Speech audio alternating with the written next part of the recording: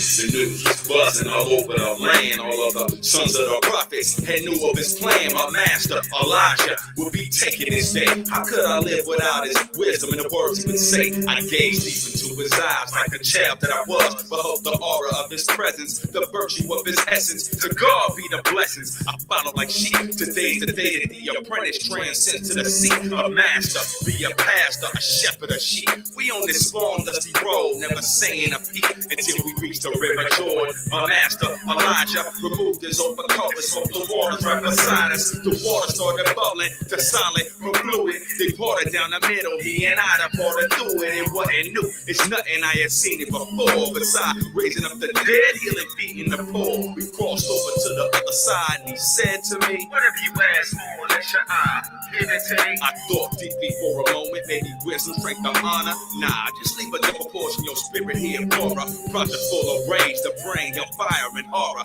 to the wicked that despise the Father and all his honor. He replied, I see you ask a whole thing, but nevertheless you see me leave, then it's your thing. Yeah, I'm black and still complete, stuck on earth, massive universe that chills something.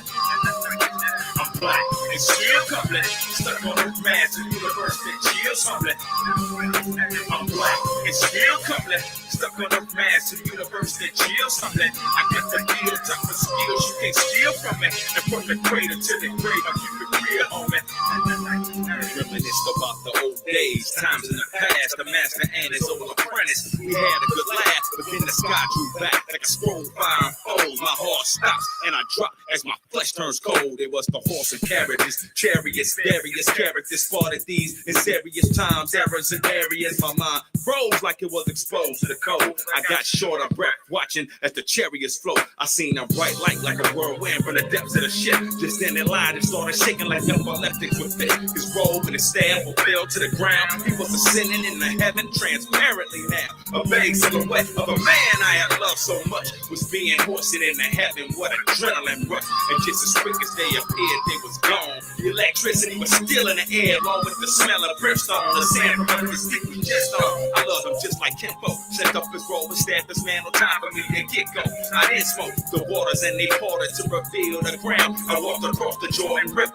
The prophets came hither and one said the spirit of his master is upon him upon the ground. Then walked the trail of rosebuds was formed and the apprentice transformed. Now a prophet he's called, whose name will live on forever in biblical scrolls. Indeed, time I tell a story, many follow my lead, and God's name was glorified by my works and my deeds. Until the pearly gates or churlish fates, I'ma bring it to a world I hate. The burden's weight weighs heavy on my shoulders, but I'ma carry it now until the brimstone and fire and furious cloud. I might astound worse than hellhounds, devious ground, but I'm a prophet of the highs when I cry so loud. Follow me! It's still coming, stuck on earth, massive universe that chills something. I'm black and still coming, stuck on earth, massive universe that chills something. I'm black and still coming, stuck on earth, massive universe that chills something. I got the feel, tougher skills you can't steal from me, and from the cradle to the grave I keep it real, homie. I'm black and still coming, stuck on earth, massive universe that chills something. I'm black and still coming, stuck on earth, massive universe that chills something. I'm black and still coming, stuck on earth, massive universe that chills something. I got the feel, tougher skills you can't steal from me, and from the cradle to the grave I keep it real, homie.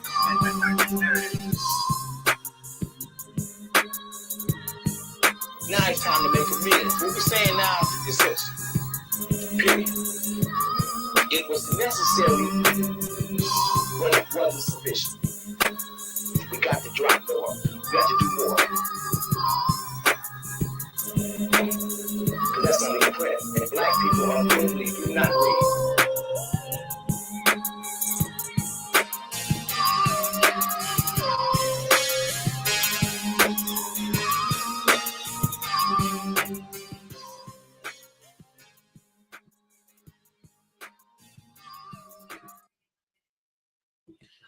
Boom, there we go, man. All praise, honor, and glory to the Most High. While you have a shot, it's your brother IQAhmath. IQAhmath, first name, IQ is all the same. You've reached another episode of Don't Shoot the Messenger, DSTM. You know what time it is.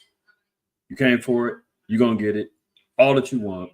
Starting a little early today. We got some other things we got to got some other business that needs to get handled today. So for those who are with me early, I should say, all praise, honor, glory to the Most High. Shabbat shalom to the families in the house, man. Everybody's in the chat, man. Salute to y'all. Going to be moving a little fast today, just for time's sake. But however, we're still going to be thorough. Okay, still going to be thorough, man. Salute to the saints that's in the house, man. Bayan in the house, Bayan in the house, brother Jason in the house. Uziel, Malachi, y'all brothers, man. Shabbat shalom to y'all. Quab in the house in the Quab. Shalom to y'all. Kohaf in the house. Shalom.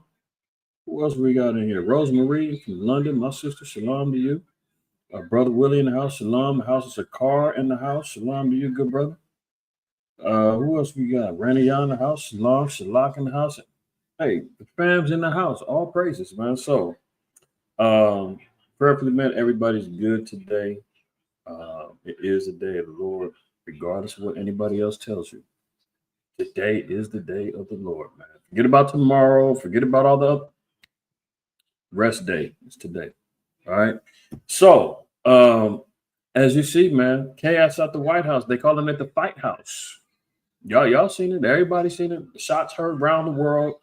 Zelensky, Trump, man, and JD Vance going at it, barking at each other in the White House, man. Had to kick Zelensky out. You know, if all of y'all been faithful supporters of MOTC and DSTM, and if you notice, the last 3 weeks, I consciously in the spirit have been tracking and showing forth regarding this peace, all this peace talk. Right, y'all know. You look at at least the last 3 or 4 DSTM's, peace has been in every last one of them, and I've been consistent with saying, "Don't fall for the okie doke. It's not going down." Right, regardless of what the press has been saying, regardless of what the Christians or whoever else is saying, pray for peace, pray for Ukraine. Let's pray for, pray for our president. America's got to be great again. He's doing everything he said he's going to do. No. Been extremely consistent in saying this ain't happening. And all praise to the Most High through the Spirit of the Lord. It's showing forth even more and more that that's exactly what's not going to be going down. You dig what I'm saying? So anybody that's new and you saying, what the hell is this guy talking about? Go back and just watch the last 3 DSTMs or 2 to 3 DSTMs. You're going to see peace deal in jeopardy. Will there be peace? You know, peace. Now you got an opportunity. Look, Trump went and met with Putin. They're supposed to be laying down the groundworks. What's the name? Zelensky also laid down his groundwork saying, hey, you know what? I'll sign the mineral deal, but we need protections. I'll come over there and meet with you. Oh, yeah, everything looked like it was getting ready to go down. And then all of a sudden, guess what happens? All hell breaks loose in the White House, man. All hell breaks loose. Jerry Springer episode, you name it, it was going down. Very funny to me, man. I was laughing when the elder actually told me about it because I wasn't tuned in on it yesterday. So Rashaf hit me and was like, hey, did you see what's going on in the White House, man? Full-blown fight. I'm like, what? Tuned in, showed up. So definitely entertaining to say the least. But at the same time, we got to know what time that we're in. Let's do it like this. All right. You share my screen. We're going to get to the famous scripture in Jeremiah 28. And like I said, for time's sake, I'm going to move a little swiftly, but at the same time, still going to be thorough, right? This is how you know the times that we're in. This is how you know what type of information you should be processing and receiving from the men you receive as your teachers, your leaders, guides. These are things that have to be coming out of their mouth in these days and times in particular, but let alone in general. Yes, of course, we're going to teach repentance. We're teaching the laws, the statutes, and commandments. What comes along with that also is the state of affairs that's going on in the places of our bondage and our captivities. Jeremiah 28, verse 8, the prophets that have been before me and before thee of old. So Jeremiah is saying, listen, the prophets have been consistent in doing what they've always been known to do, what the Spirit of the Lord has put upon them. He said, even before I came along, Isaiah, Moses. I'm trying to think if they were in the same time. Habakkuk, you know, Jonah. I mean, all of them had the same type of character and spirit. Jeremiah said, "Listen, it wasn't just me. The prophets that came before me, they all prophesied against many countries. So, as much as we get the stigma of the so-called Black Hebrew Israelites or a hate group, the Black Hebrew Israelites always speaking down on all the other nations and the countries and where they come from and what. Listen, the scriptures say that is part of the protocol. Speaking against many countries and against great kingdoms. We don't fear the repercussions of what goes on with being within and standing before great kingdoms. Hey, be careful. Don't say that. Hey, be careful. Gotta be wise. Listen, if our forefathers played them games, man, we would never get this word. We would never get the prophecy. If our forefathers, for instance, like Eleazar, during the time of the Maccabees, man, they tried to force him to eat swine. Well, they didn't even try to actually force him to eat swine. They actually pulled the okie doke. They told him, man, we'll give you clean meat. We're just going to fool the people and have them believe that it's actual swine and you partake of it. Let them go ahead on and follow your lead, defile themselves, and you can be a friend of the king. You can be good to go. Eleazar said, man, please. Jumped the off a wall, killed themselves. I'd rather die than to put my people in jeopardy of the judgment of the Lord. Daniel said, man, I'm not bowing down to them gods. I'm not doing it 3 times a day. What? I'm praying to Yahweh. Lock me up if you need to. That's how it was going down. But that was the job. Prophesying against many countries, against great kingdoms, of war, of evil, and of pestilence. Now, verse 9, the prophet which prophesied peace, when the word of the prophet shall come to pass, then the prophet be known that Yahweh have truly sent him. You ain't heard me talk about peace. You ain't heard these scriptures talking about peace, especially in the times we're in right now. Somebody else telling you, man, don't worry about that, man. And we ain't worried about, man, yeah, most I gotta do what he gonna do, but right now we're at peace, man. We need to go ahead and get this money. We need to get this. What? Slow down, man. Are you saying everything's good? You said everybody in the spirit in most Israelite camps and everybody, no, it's not a time of peace right now. And if they saying it and it comes to pass, hey, that's a prophet right there. But if it doesn't and you seeing contrary to that, then you should already know. Get the hell away from them. All right. Time that we living in right now, man, is very important. I want to look at something real quick with y'all. This is Deuteronomy 16. As we're embarking on a new year, according to the Hebrew calendar and our holy calendar, there's a couple of things I just wanted to focus in on, and while we're seeing these things right now. Deuteronomy 16:1 says, observe the month of Abib and keep the Passover unto Yahweh thy power. For in the month of Abib, the Most High Yahweh thy power brought thee forth out of Egypt by night. Why is this important? In the spirit of things, we're looking at a couple of things in this verse, right? The word observe. Oops, Salakia. Hold on. What the heck is happening here? The word observe is a Hebrew word shamar. Shamar. Okay. That means to what? Keep, guard, observe, and give heed. So when you're looking at a bib, everybody should know by now. A bib, we're talking about a green ear, or the new growth in regards to the agricultural year for Israel, and it's also a time for truly new beginnings and also like divine intervention. When you're looking at things in the spirit, because if you remember, during that month of Abib in our Exodus, that's when the divine intervention of the Most High came into play to deliver us out of our bondage and our captivity.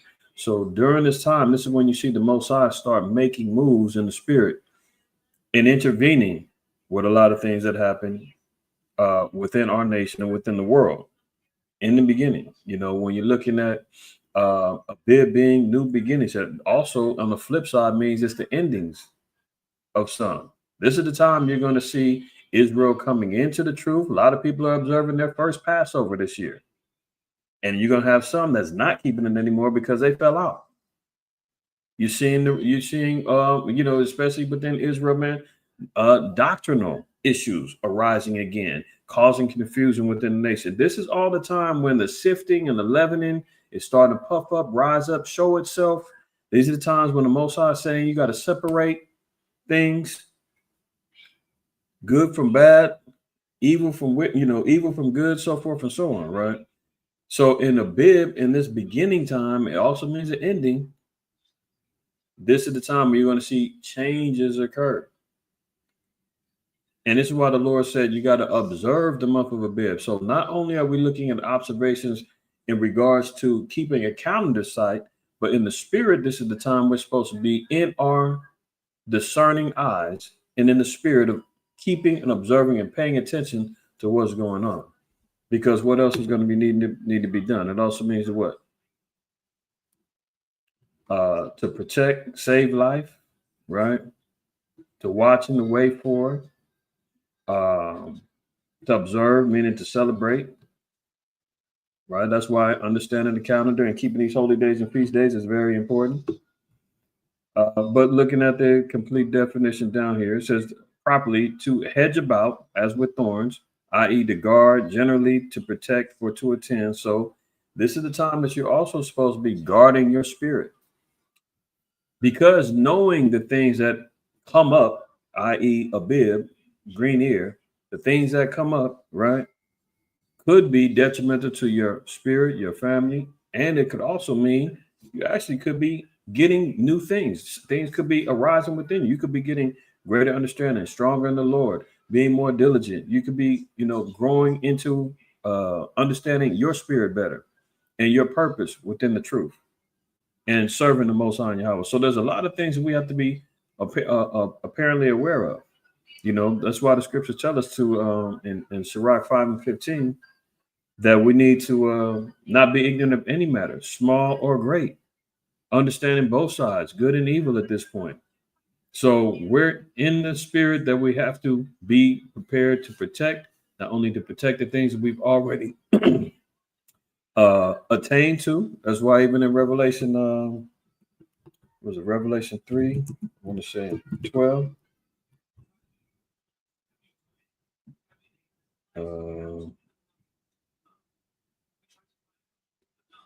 And the spirit just came on me.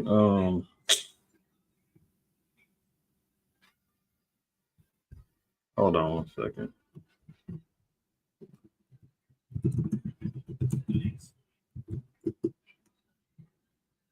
I want to say it was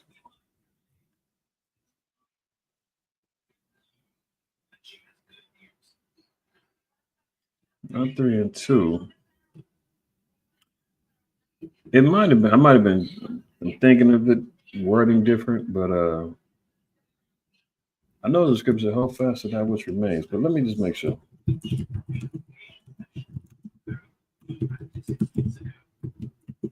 You do it real fast that way.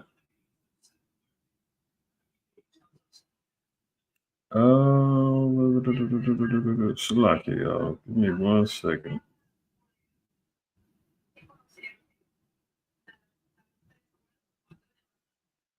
I'm drawing a blank. But that's okay. Revelation 3. I knew I wanted to go to Revelation 3, but that's sufficient enough. If that, then I might be just thinking about the wrong scripture. But anyway, when we're looking at observation, we're looking at not only retaining and preserving the things that are within us that the Most High has blessed us with, allowed us to grow into. Right. At the same time, we need to be protective of the things that are coming out and growing up against our learning and our steadfastness with the Most High. So Revelation 3, it says, be watchful and strengthen the things which remain. See that? That comes with observation. That comes with being guarded. That comes with making sure that your spirit and your household is intact, because the spirit right now is open for all kind of confusion. Like I said, there's doctrines floating around within Israel that got people, got itchy ears and noses wide open. Oh, this is new. What are we talking about? Oh, we're doing this now. Oh, this is the right doctor. Oh, those things. You got some as falling off. I guess over the last month or two, the OT onlys have been risen back up, and they want to say, oh, there's no God but Yahweh. We're Yah only. There is no JC. These are all things that's been here, done that for years on end, and there's been a resurrection of that coming up. So people are falling away to that. So there's a lot of things that we're seeing sprouting up, and it's up to us to be on guard to make sure that we're strengthening those things which remain. Continued on, that are ready to die. For I have not found thy works perfect before Yahweh. Remember therefore how that has received and heard, and hold fast and repent. If therefore thou shalt not watch, I will come upon thee as a thief, and thou shalt not know what hour I will come upon thee. So here's the times of observation we need to be on guard, right? Going back to Shamar, says, be word, be circumspect, take heed, to mark, look narrowly, observe, preserve, regard, reserve, to lie in wait, and to be a watchman. So during this time, it's letting it be known. In the month of Abib, we need to be on watch. So again, not only is it just talking about paying attention and observing, meaning also to celebrate, right? As we saw. So it's a month that we learn to celebrate and to keep the commandments, the beginnings of our calendar, but also in the spirit. It's time that we got to, make sure that we're on point and we're paying attention to what's going on right now, right? Let's look at another one. Exodus 13 and verse 4. Now it says, this day came ye out in the month of Abib. What did we come out of? If we look at it from in the spirit, right? What was going on in Egypt at the time? 10 plagues. What was the last one? What was the last thing that took over? Second to last, I should say. Second to last, we had gross darkness taking over all of Egypt, and then the killing of the firstborn. So when you're looking at it in the spirit, when we came out of that darkness, came out of the ignorance. Listen to me in the spirit now. We're coming out of ignorance. We're coming out of evil. We're coming out of all manners of unrighteousness. This is the time in the month of Bib when you're going to see, like I said, you got people that's going to be keeping the Passover, observing the calendars, repenting, coming in now fresh. This is their first time, all of that, right? And this is the time that we're learning to come out of darkness during this time and get into fresh new beginnings. This is the time that we start reconciling even more with the Most High. Moving into a spirit of removing all the leavening from us, the malice, the wickedness, the unrighteousness, the evil thoughts, the evil concupiscence, all of those things, right? This is the time that we observe and we have to start making our move, i.e. our exodus, out of all of the old and then embrace the new. Okay? Let me get one more.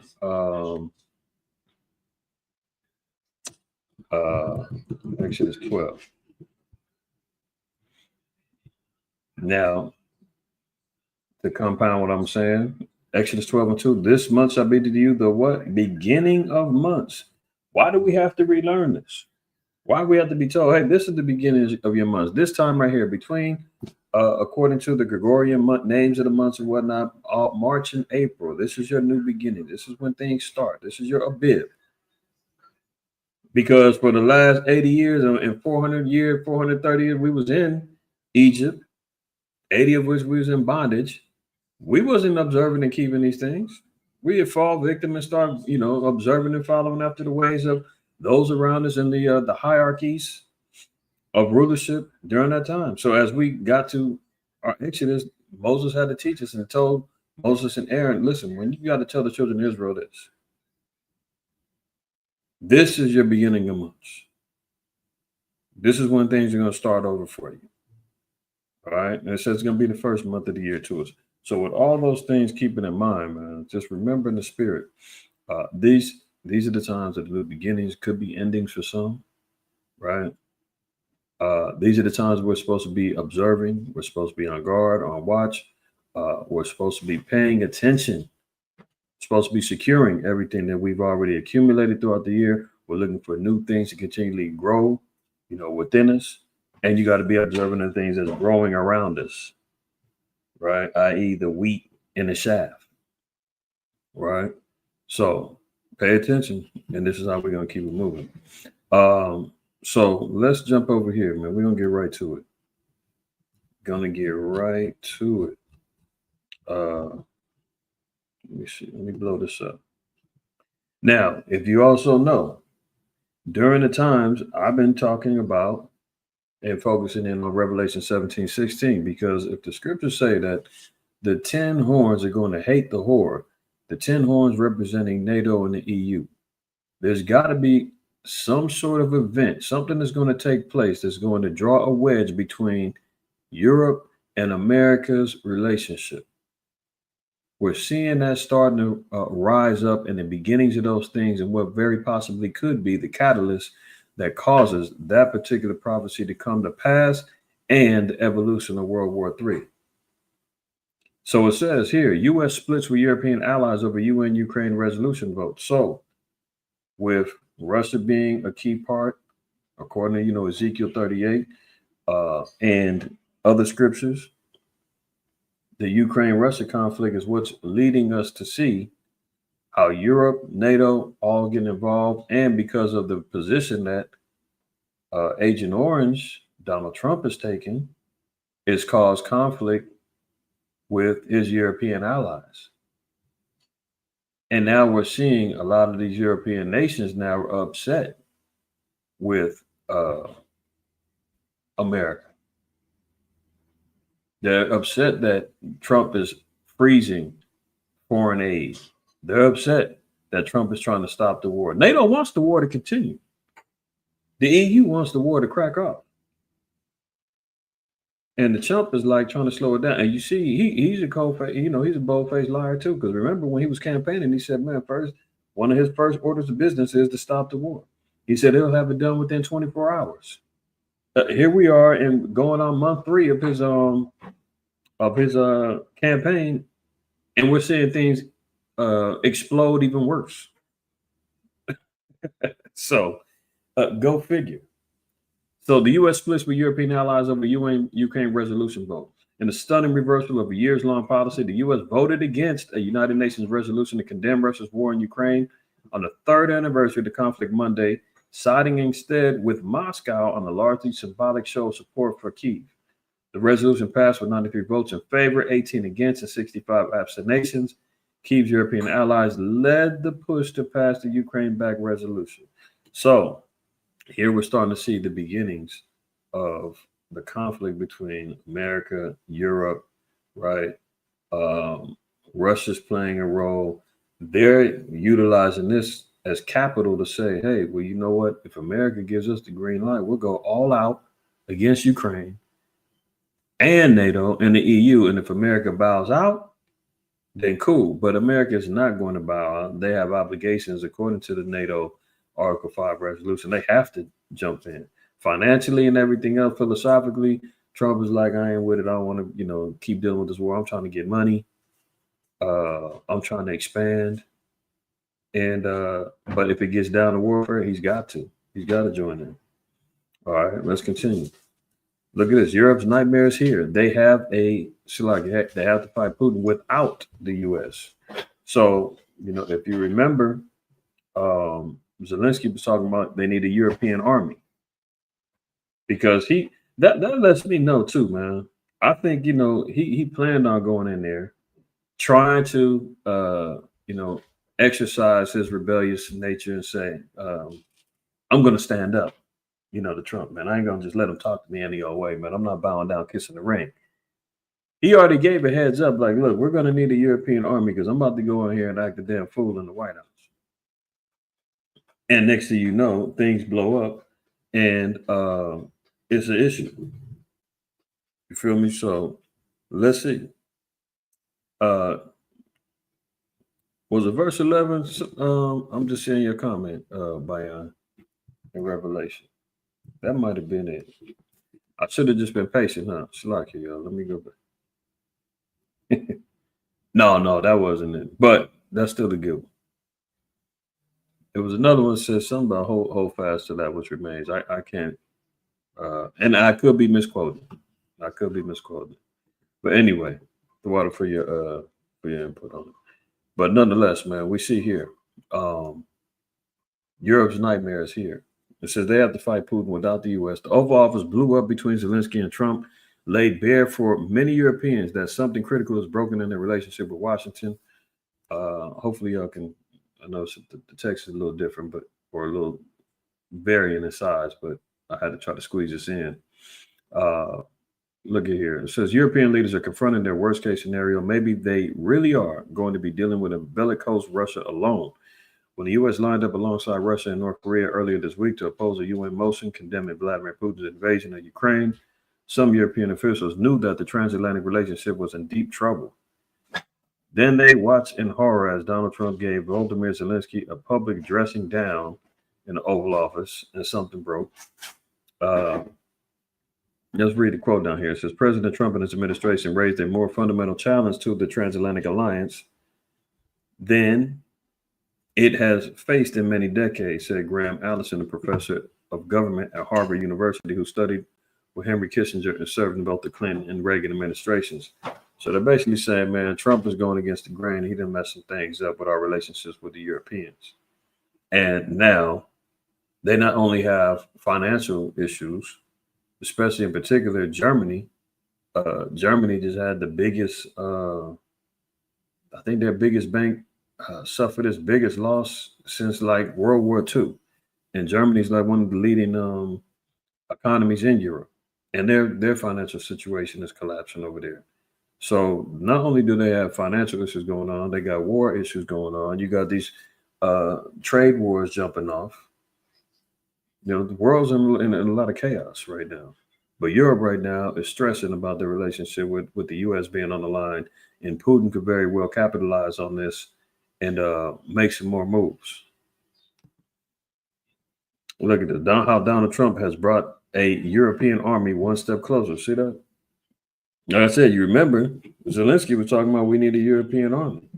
Now they're saying, oh, well, this may have given the Trump may have helped that cause come to pass. Well, this is what happens with the problem reaction solution with the whole Hegelian dialectic. You know, Trump is he's being manipulated and he's being used by the Most High. Really, he don't know it. He think he's out here, you know, standing on business, as they say. Him and JD Vance, you know, they packed out Zelensky yesterday, man, and the press. They all jumped on him, man. They packed him out and you know, sent him on his way. They rolled him up and got him up out of there, which is very funny to me. But nonetheless, we see here the European army now is becoming one step closer to where they're looking at creating this 10-horn army, you know, to confront Russia or the Grey Horde. So look at this. Leaders fear the U.S. will pull its troops out of Europe and hope a joint force could deter an aggressive Russia. Donald Trump's public attack on Volodymyr Zelensky has given impetus to plans for a joint EU fighting force that could one day become the embryo of a European army. European leaders are scrambling to boost their collective defense amid fears U.S. troops will pull out of Europe, and the transatlantic alliance has been badly damaged by Friday's clash between the two presidents in the Oval Office. Now, the Trump hasn't said he's going to pull out the U.S. troops or anything like that, but it's saying worst case scenario from what was being discussed, that could happen, causing Europe to establish a European army backed by NATO. All right. Which is pretty much already established. They already got, you know, the European nations already are aligned under NATO. I believe it's like 32 countries that comprise of NATO, the North Atlantic Treaty Organization. And they're basically trying to be the defense arm of the world. similar to what's the name of that group in Marvel? What's the name? Shield. Shield. Anybody watch the Marvel movies, the Avengers, and all the other stuff? You see Samuel Jackson playing Nick Fury. He's the head of Shield, and Shield is supposed to be, the secret organization who, brings peace to the world and takes down all of the, foreign and alien entities that try to, threat pose threats to America's safety and the world's safety and all that other stuff, right? So NATO is pretty much playing the role of shield. And now they're looking at we got to come together because our greatest backer, the whore, America, might be pulling us off the teat, if you will. All right, let's move on. Look, Taiwan watches Trump undercut Ukraine, hoping it won't be next. So we know Taiwan, China, they've got issues jumping off. Remember 2027, China said, man, if Taiwan don't get back and come back home, we're going to take it by force. They've been running live ammo drills in the South China Sea. Got Japan all hyped up. They got all people, everybody paying attention, figuring out, man, is China trying to make a move? Are they flexing their muscle? Like I said before, man, Moab always wants to be a part of the scenario, man. They're always jealous, they always, shown and chronicled all the times that we see Moab, Ammon, and Esau or Edom all being together in various situations, from the times of Judith to the times of Jeremiah. Where else? What else have we seen them? I know those two in particular, we see scriptural evidence that Moab, Ammon, and Esau have a particular relationship. Anytime they see Esau, man, getting too much attention, they always got to pop out and do something, man. What's his name? Kim Jong-un, he was over there, test firing some missiles the other day, saying he's responding to U.S. threats. Taiwan and China, they're going at it. China's over there doing live fire drills, letting it be known we're here too. Hey, we got a conflict too, world. Now Taiwan is saying, could they be next? If America is backing down on Trump, they're saying, backing down on Ukraine, they're saying, well, will he do that to us too? Because if so, we're in trouble. So it's looking like, and it could be all game and propaganda. Trump trying to align himself with the most powerfulest partners so that he can capitalize and quote unquote make America great again. He's looking at it through financial means. He's looking at it through capitalism. He's looking at it through colonization. Will that last? No, he's not going to be able to do that for 4 years and just come in and bully his way through. There's too many of these other countries are going to say, you know what? No, we ain't having it. And it could ultimately lead to a backstabbing event with Russia going back on particular covenants or agreements, and that could turn Russia up and focus back on America again. So we got to pay attention to see what's happening. But Taiwan right now they over there biting their nails, saying what's going to happen. Soon after Russia invaded Ukraine, Taiwan's leaders joined the United States and its allies in declaring solidarity with the victim.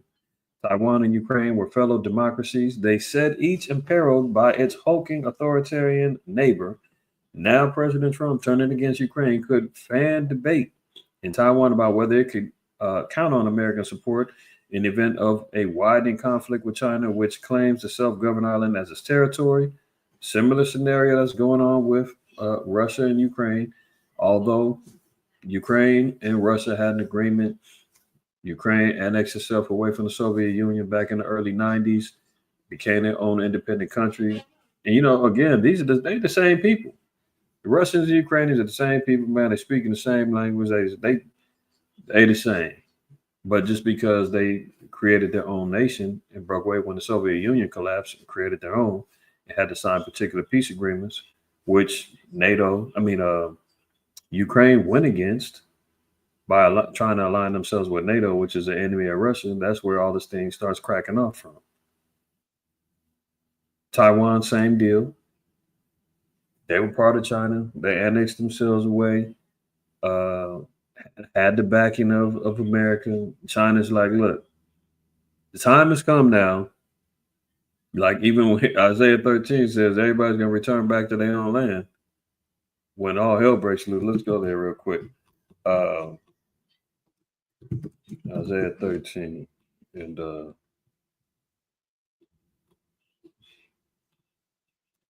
verse 14.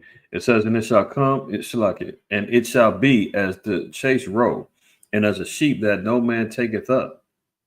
They shall every man turn to his own people and flee everyone into his own land. So this is what we're going to see, a separation of, there ain't gonna be this whole rainbow coalition and unified, we're all the same people. All that's gonna be up out of here when warfare is declared and everything and it is going in complete chaos.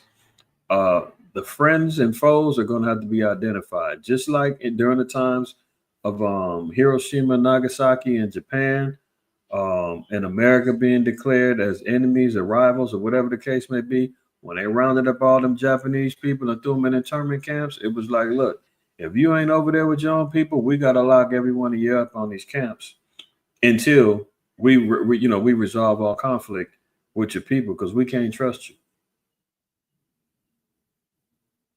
That's how America looks at it. They ain't no damn word great melting pot.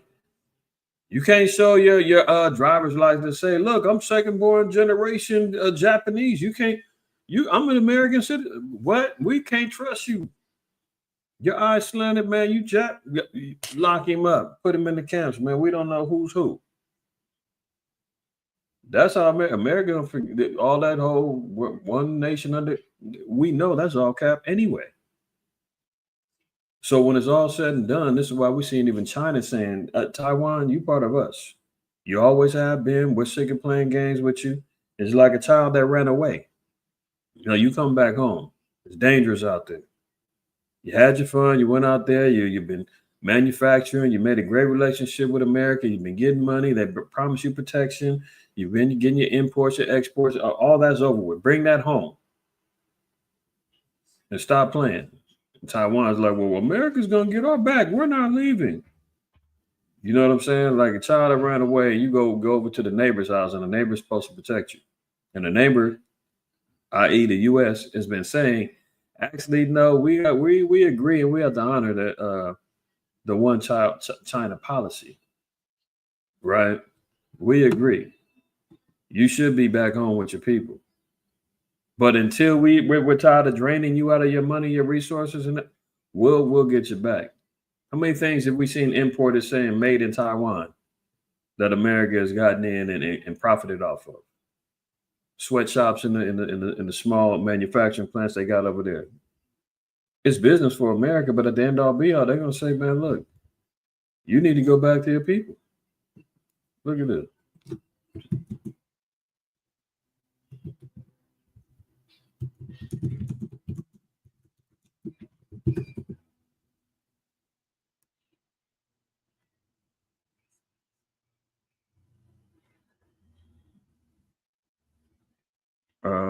What is it?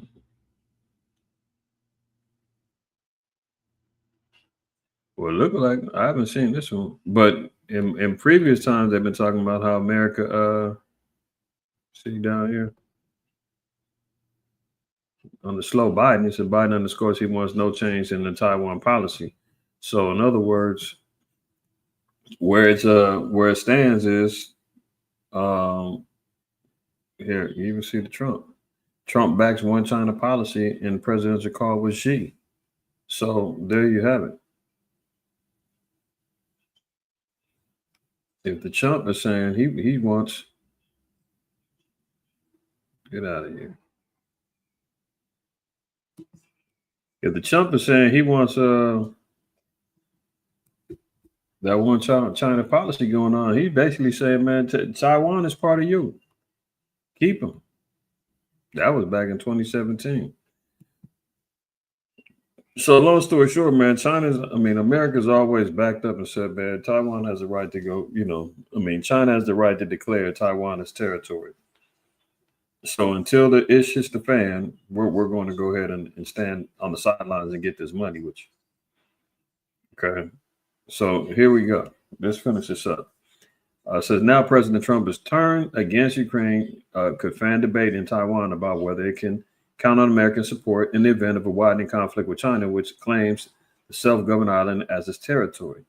Taiwan spent the better part of the past 3 years making a case for how the fate of democracies is intimately tied and what happens to Ukraine affects Taiwan, said Russell Hisco, Hsiao, or whatever, the executive director of the Global Taiwan Institute, which is based in Washington. So Taiwan is on edge, wondering if they're going to be next. Let's continue. Oh, Iran is on high alert amid fears of attack on its nuclear sites. Can't forget about Iran. Can't forget about the warfare that's going on still in Gaza, even though they're on a quote unquote ceasefire, not peace, ceasefire, right? Iran now has been hearing about nuclear sites. They've been talking, the Israelis, the GMO troops over there, have been talking about while the smoke is clearing over there in Gaza, we need to go ahead and take out the nuclear sites of Iran because they're going to be the next threat. And Iran is saying, well, hold on, we got to defend ourselves again. So look, Iran has put its defense systems around its nuclear sites on high alert amid fears of an attack by Israel and the U.S. The Telegraph has learned. According to high-level government sources, the Islamic Republic has also been bolstering defenses around key nuclear and missile sites, which include the deployment of additional air defense system launchers. Officials say the measures are in response to growing concerns of a potential military action by Israel and the United States. So is the Trump coming in saying he wants peace for everybody? No, he's got an allegiance with the small hat GMO community that he's going to continue pushing war. Because I said it before, I'll say it again. Iran is the problem and the thorn in the side of Trump because he says, my money, my deals, they ain't going for it. Their war is religious. Their war is more based upon faith and zealots in their belief. And that doesn't come with money. That can't come with negotiation. That can't come with me bribing and colonizing. That just ain't going to work.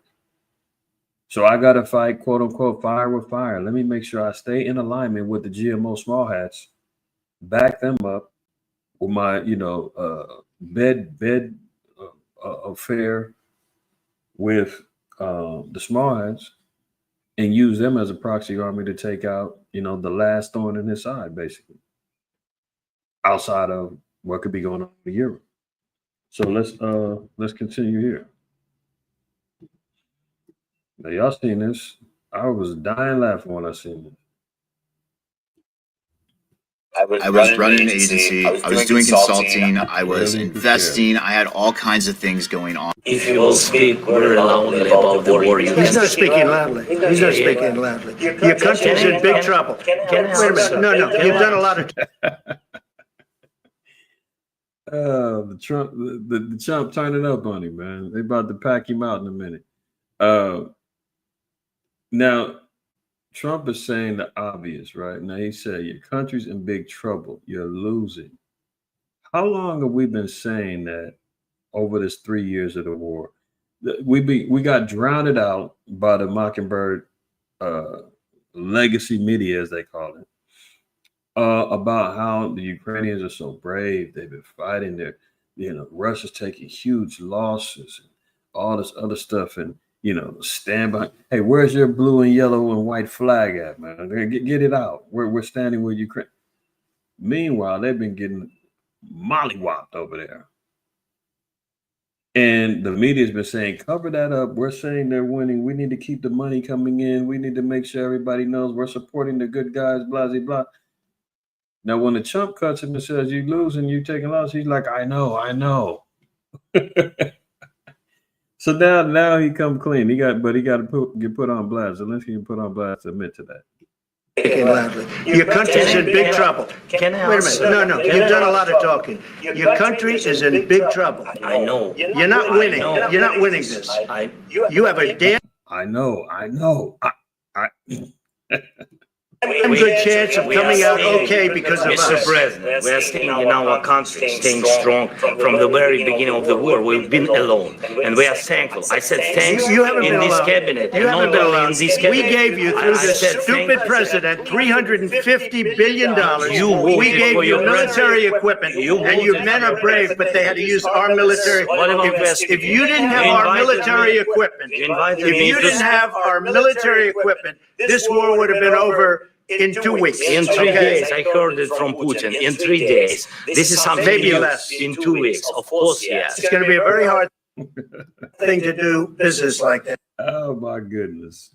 Here we go, man. Satan casting out Satan, you know. This all we know. This thing is over with.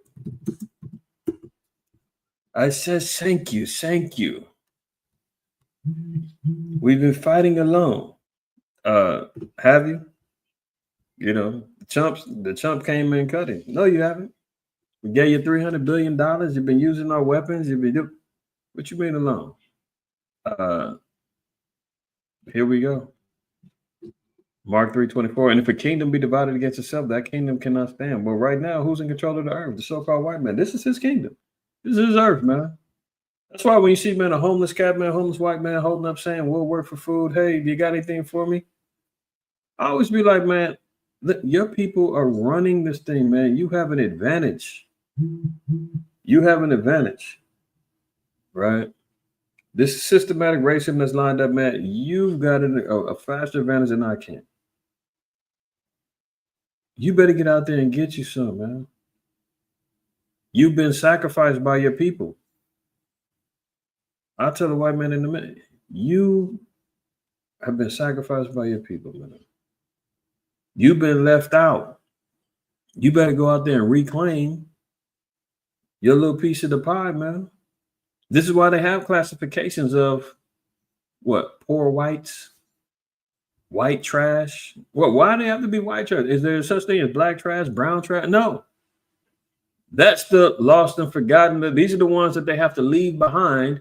You know, them inbred ones up there in the Appalachian Mountains and all that. These are the ones that have to leave behind. The ones in the trailer parks in the southern regions, and they gotta get left behind so they can say, "Hey, we're not all rich. Hey, we don't all have advantages. We don't all have." Yeah, you got some that got left behind. And 9 times out of 10, man, they strung out on meth, or you see them over there in what's the name of that place over there in Philly, King something. Whatever they're zombied out. Is it from their own demise, man? You tell the white man, you better clean up, man, shave up, go take a shower, throw on a suit. You're going to get a job way before one of us do. Go out there and get that money, man. His kingdom right now is completely divided, and it can't stand. So there will be a demolishing of the regime of the so-called white man, the kingdom of Esau, the evil the wicked that's in control of the earth. There's going to be a divide. Look, and if a house be divided against itself, that house cannot stand. Well, up there in the fight house, they was completely divided in that house, leading up to a complete collapse. Verse 26, and if Satan rise up against himself and be divided, he cannot stand but have an end. Well, there you go. So we're seeing the makings of that. You're in a lot of trouble. You're in a lot of trouble. Oh, yeah. The Lord said he's in a lot of trouble. You don't need Trump to say it. He's in trouble. Proverbs 18:7 says, a fool's mouth is his destruction, and his lips are the snares of his soul. See? His lips is what's going to get him in trouble. A fool's mouth will get him destroyed. Y'all all know the one that be talking all that, the tough guy talking all that madness about what he is, what he going to do, and all the other stuff, man. And he'd be the first one to get knocked out, beat up, the bully, the first one to get shot. You see these dumb kids on online jumping around, sharing their location, talking big madness. Yeah, pull up. I'm out here. No, nobody gonna do nothing to me. No. And next thing you know, gunshots rang off. Somebody done died. Y'all seen them type of videos. A fool's mouth is his destruction. And here they are, barking at each other, man, creating snares for their souls. You're in a lot of trouble. We can't negotiate this. Remember, even the Trump said, you're messing around with World War III. And to the point, I remember, I know what you were talking about too, UZL, when Zelensky was saying, you guys don't know what it's like to see destruction and the poverty and all this other stuff. And he was like, but you will. And he said, don't tell us what we're going to feel. Don't tell us what we're going to feel. Like, it was almost as if Zelensky was trying to make a threat saying something's going to come America's way. And that could be a problem, right? But this is what we're seeing now. The spirit, this is what we observe now, getting back to the beginning of the lesson. What the spirit of Yahushua, and Yahushua said himself, Matthew 10:34, think not that I'm come to send peace on earth. I came not to send peace, but a sword. So we're seeing the weapons of destruction being displayed. We're seeing the division that's being sown in political spheres in the world, right? Yahushua made it clear. This ain't that time. This ain't what you're looking for. This is another key scripture in Isaiah 57. Verse 21 says, there is no peace, said the Most High, to the wicked. So, they can be talking about peace. Notice one thing we haven't heard is peace deals. There's been ceasefire deals. There's been pauses in the action, but peace deals, no, we ain't seen them yet. Haven't seen them yet, right? Why? Because the Lord said, the wicked, you cannot have peace. In particular, because Esau said that he's going to live by the sword. It's within his spirit, man, to always create conflict, always to create warfare, always to have a bloodlust, always to want more than what he's been given. So he can never have peace because of the spirit that's within him. Okay. Let me get one more. I'm going to play a little bit more of a video. Sirach 13. And here they are sitting down, right? Now it says, what agreement is there between the hyena and the dog, and between the rich and the poor? So, the scriptures is acknowledging and seeing that there's always going to be an antithesis to peace, to war, good, bad. You understand what I'm saying? So let's read verse 17 and then we'll read 18 again. What fellowship hath the wolf with the lamb? So the sinner with the godly. So there really should be no common ground that a sinner and a godly person can find. Like this, if you're godly, you're righteous, you're walking by the laws, and somebody's walking contrary to that, you can't come to an agreement and be like, hey, we got to agree to disagree. No, you got to stand on 10 toes and say, look, sinner, you need to repent. The Most High said that he's going to destroy all sinners. The sinners of my people, he's going to destroy in Amos, the 9th chapter. So our job is to try to preserve life and save souls. So you can't have an agreement. Just like the wolf and the lamb, they can't get along and hang out. No, that wolf is going to destroy and eat that lamb. Verse 18, what agreement is there between the hyena and the dog? I mean, I couldn't tell the difference of them both sitting down there and talk. Hold on. And which one is a hyena and which one is a dog? Just pick one. Just pick one. The hyena or the dog? If you will speak very loudly about the war, He's not speaking loudly. He's not speaking loudly. Your country's in big trouble. Wait a minute. No. You've done a lot of talking. And contrary to popular belief, but hyenas and dogs, they're not the same breed. They're not the same, A hyena is closer to a cat than it is a dog. That's why the scriptures make mention of that. Fun fact, if you didn't know, that's why the scriptures make mention. So what agreement has a hyena and a dog? They both over there barking at each other, man, cat clawing each other. There is no agreement between them because they're operating on two different sides of the spectrum. They're divided. That's Satan casting out Satan. This is a house divided against itself. So there is no agreement. that is going to come from these particular talks. You know, even though the Trump says, "Hey, I kicked him out, but he can come back when he's ready to talk peace." You know, and I don't think that's going to happen. I could be wrong, but I can't see. It says, "In what peace between the rich and the poor?" So there's always even an economic divide, the haves and the have-nots. You understand? So when we see this, if you will, let's look at this one. This is a news report, but and it's kind of highlighting some of the similar things, but at the same time, come on now, what's going on here? President Trump blasted the Ukrainian leader and at times praised Russian President Putin. And at one point, the Ukrainian ambassador could be seen with her face in her palm. Afterward, President Zelensky walked out without making a deal. He later took to social media to thank the U.S. and the president. And there is a lot to unpack here. Eyewitness News reporter Sandra Book. You know, he's being sarcastic here, you know. Thank you, America. Thank you for your support. He's leaving as if he signed a deal. He's leaving as if he left on top and in favor. I mean, these cats are delusional. Thank you, POTUS, the President of the United States. That's what POTUS is. Congress and the American people. Ukraine needs just and lasting peace, and we are working exactly for that. I can't tell. Bookman is in the newsroom with more. Historic moment, Sandra. It was an historic moment. Today's meeting in the White House did not turn out how many had expected. The tense 10-minute exchange between Presidents Trump and Zelensky went well beyond the usual diplomatic riffs. A gulf between the two leaders seemingly widening right in front of the cameras. It began like most other visits by heads of state to the White House with a civil greeting, a handshake, a quick photo op.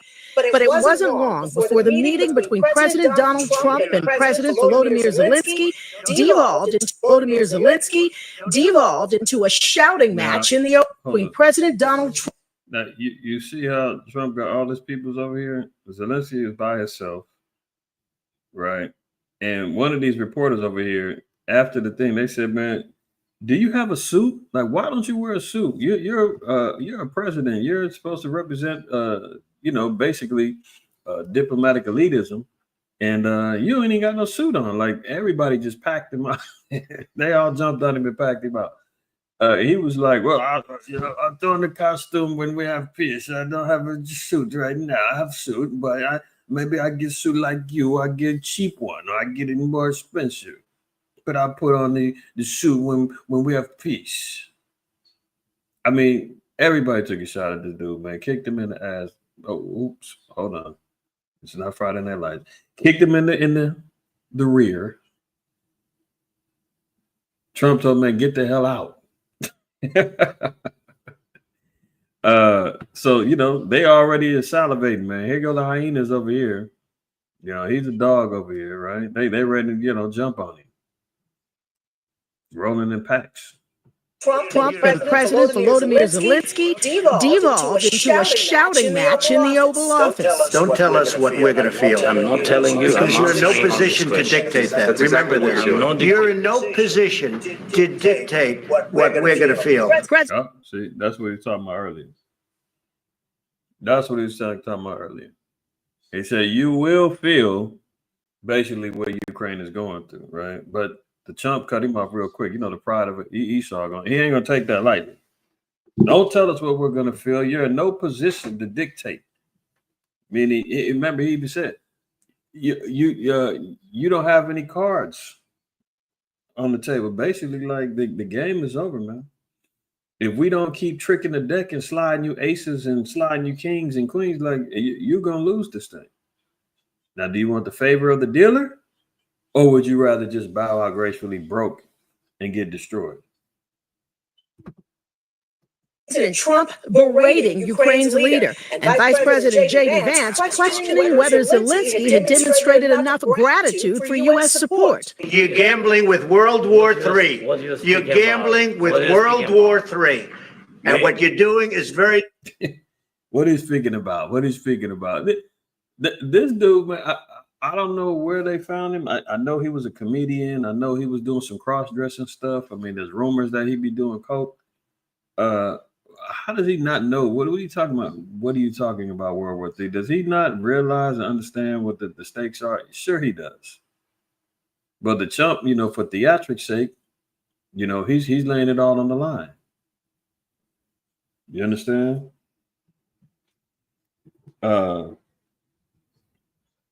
Let's continue. Disrespectful to the country, this country. It's back to you far more than a lot of people said they should have. Have you said thank you once this entire meeting? No, in this entire meeting, have you said thank you? Zelensky was in Washington to sign a deal which would have given the U.S. access to some of Ukraine's rare earth minerals in exchange for continued support in its war with Russia. The Ukrainian president has made it clear a larger peace deal would need to include security guarantees to prevent future Russian invasions. But the meeting showcased an almost real-time breakdown in relations between Washington and Kyiv. This photo of the Ukrainian ambassador head in hands, a sign of just how contentious things got. A short time later, President Trump told Zelensky to leave the White House. No mineral deal was signed and a planned news conference canceled. In a social media post following that Oval Office exchange, Mr. Trump wrote, he disrespected the United States of America in its cherished Oval Office. He can come back when he's ready for peace. Now, Zelensky also took to social media but did not reference that heated exchange. Instead, he thanked him. See, they run the social media immediately, right? And we see what's going on here. These are all part of the scenarios that could present what the chump is saying. He's throwing it out there, World War III, so that they do have a scapegoat, to say, hey, it's not our fault that things went left. When the key objective was to get the land and the minerals over there anyway. The key objective is to create more dominance for America and the Great Horde to take back control of, NATO, the EU, everything else. So don't blame me. Blame Zelensky when I let things go. Don't blame me. Blame Zelensky when, I green light these wars to jump off. So we're going to see. America and Americans for their support and reiterate. And now look, this is the day, later in the day, he did an interview. And he's refusing to bow down. So if the chump says, get out and you can come back when you're ready to talk peace, and Zelensky says, I'm not doing that. Is peace on the table? It's like Zelensky refuses to apologize to Trump for White House brawl and brawl. These dudes will just argue, man. They love to exaggerate the words. White House brawl and accuses him of lying. Far be it from the so-called white man to lie, right? Ukraine President Volodymyr Zelensky refused to apologize and says he wants Donald Trump to be, quote, more on our side. And Trump said, man, I got no dog in the fight, man. I'm about business. I'm trying to get this bread. I'm trying to expand the American empire even more. And I need you to cooperate. You don't want to cooperate, then, hey, let the chips fall where they may. Now, he wants to be more on our side during his first major interview since the disaster White House press conference with Trump and J.D. Vance. And J.D. Vance, he jumped out there and cut him. He was like, look, you're trying to use this as an opportunity to spread propaganda. Because you notice when the meeting began, Zelensky was basically acting like he was trying to educate Trump and J.D. Vance and the so-called American people about what's happening with the war and Putin lied and he killed our people. And look at the pictures here. People are dying. When people die here, we like there's just been blinders to everybody in the world that there's actually a war jumping off over there. So he tried to use it as opportunity. He's supposed to be over there. They basically, man, Trump and J.D. Vance was like, you're supposed to be over here to kiss our cheeks, man, kiss this ring, sign over the mineral deals. We're going to take a photo op. Everything's going to be good. We're going to send you on your way. And don't trip. Zelensky said, I'm going to go over there and I'm going to use this platform to try to influence them, to jump on my team, And, maybe I can leave without a deal and kind of convince them to say, oh, I feel bad for what's going on with your people. Well, hey, you know what? The mineral deal, let's call that off. We're gonna send you everything you need. And that didn't play out right. So continuing on, so the 10th War of Words played out inside the Oval Office. Everybody's seen it, saw that, right? Now, drop down, Zelensky, speaking to Fox News, was asked point blank if he owed Trump an apology, and twice filibustered before refusing and instead attempting to be gracious and added, quote, I'm not sure we did something bad. So they gave him opportunity, man, to so-called repent to Agent Orange. And he said, no, I don't think we did anything wrong. So peace deal, what, where, when? Don't see it. Moving on. Now look at this. Just in, Secretary of State Marco Rubio terminates U.S. support of Ukraine's power grid. So they already making moves. They already was, oh, okay, you don't want to play fair? Cut the lights off, man. Cut them off. The State Department this week terminated a U.S. Agency for International Development initiative that has invested hundreds of millions of dollars to help you restore Ukraine's energy grid from attacks by the Russian military, according to, you said, officials working on the agency's Ukraine mission. So the funding that the U.S. aid was sending over there to help their power grid, that was part of the cuts, and they moved forward with it. Zelensky done messed that thing up. They was like, oh, that was already scheduled. Move forward with it. Cut the power grid. We're not going to be supporting that anymore.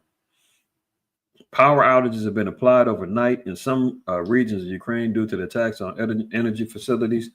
The country's systems have sustained near constant impact throughout the course of the 3-year war. It significantly undercuts the administration's abilities to negotiate on the ceasefire, and its signal to Russia that we don't care about Ukraine or our past investments. One USA official involved in Ukraine mission told NBC News. The official continued, Russia is fighting a two-pronged war in Ukraine, a military one, but also an economic one. They're trying to crush the economy, but U.S. aid has played a central role in helping it to be resilient, shoring up the energy grid. We provide a vast amount of support to the Ukrainian government to avoid a macroeconomic crisis. So, America pulling their aid to the power grid is going to cause economic collapse, let alone you're going to see people dying of damn starvation, freezing out, all of that good stuff. America is a cold piece of work under the Trump administration. Let's move on. Look at this. The UK was... Plans were set out in what was called the government war book. The UK... Now, the UK, and I've covered articles in the past and of recent about the UK saying that they want to be prepared for war. They're trying to get ready for war. Russia's the enemy. They're leading the charge and trying to establish this European army. Now, this is a report regarding documents that the UK was preparing for war with Russia. Let's look at this. It was once genuinely prepared to fight. Its plans were set out in what was called the government war book. They included instructions for everything from calling up the reserves to rescuing national treasures. Now a piece of Cold War history, it's a sobering reminder of what this country may need to consider as it rearms. We've enjoyed 3 decades of relative peace. Since the end of the Cold War, we've had it easy, but state-on-state warfare is back. Reaping what was called the peace dividend, successive governments chose to hollow out the army, navy, and... Yeah, we know, according to 1 Thessalonians 5:2, when they shall see peace and safety and sudden destruction happens, this is the time that we're in. Ecclesiastes 3 says it's a time for peace, a time for war. Notice in there in the UK, they was like, we had relatively 3 years of peace. Everything was good, but now, not so much. It's time to gear up. Therefore, following the collapse of the Soviet Union, funding shifted away from defense into peacetime priorities such as health and the economy.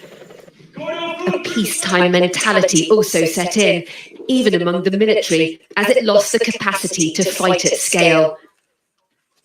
It means a decision by Keir Starmer to lift defence spending will be welcome, but it won't be enough.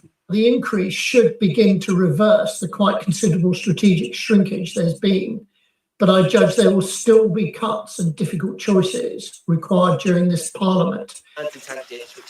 The timing of the Prime Minister's alarm over the UK's defences is also curious.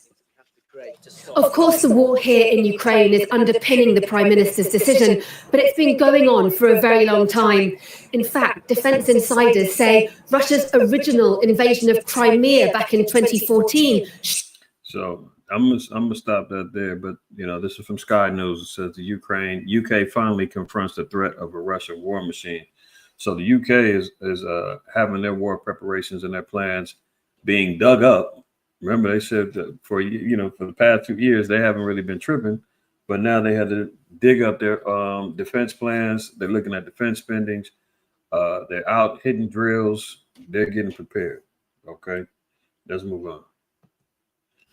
Isle of War, Taiwan mobilizes air, sea, and land forces as China launches surprise live fire invasion drills near World War III Flashpoint Island. So we talked about that earlier. Taiwan being nervous about the UK pulling out. The US pulling out of possibly helping them in a conflict with China. They're running and they're hitting their air and land drills as well. We've seen last week, China was running the live fire drills over in Australia and New Zealand. Now they're over in the South China Sea, getting busy again. So that conflict is continuing to heat up and remain on the stove bubbling.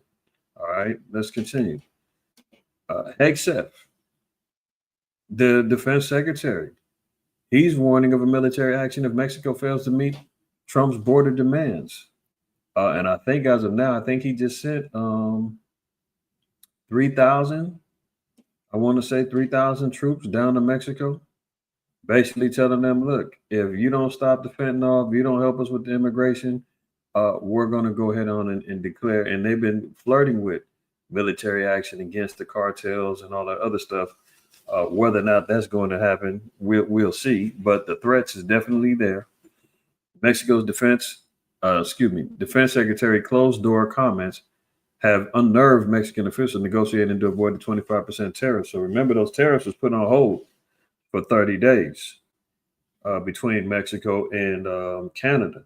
So that's still an economic issue that's going to be happening as we continue on to today with a few more slides. We're going to see the engineer collapse is already being underway.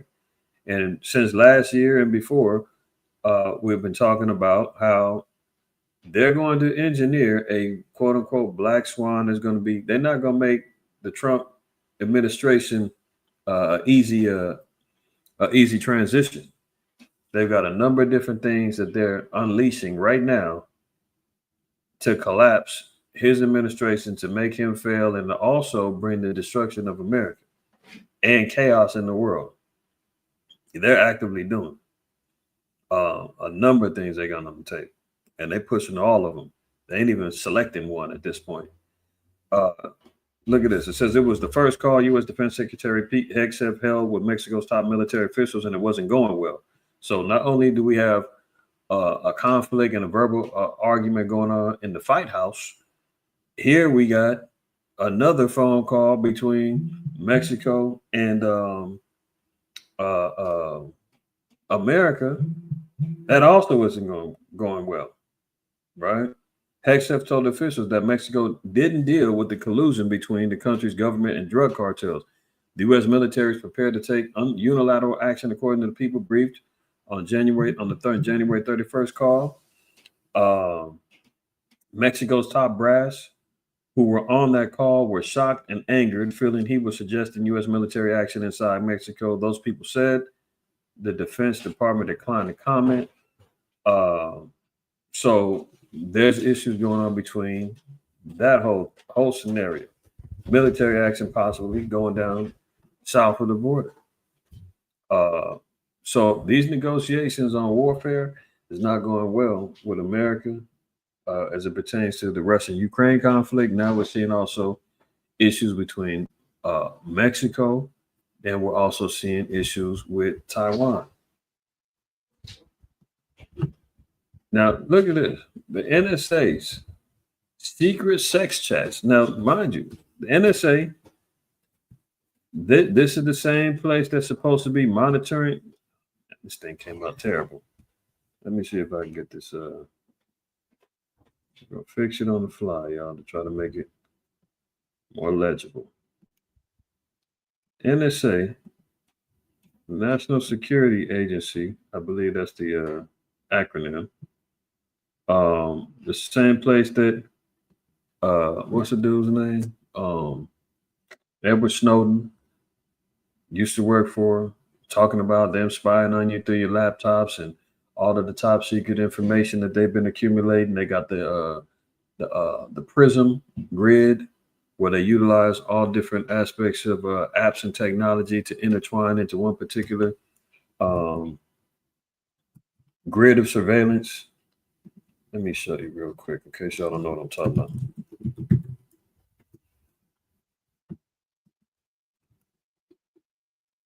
Prism, right?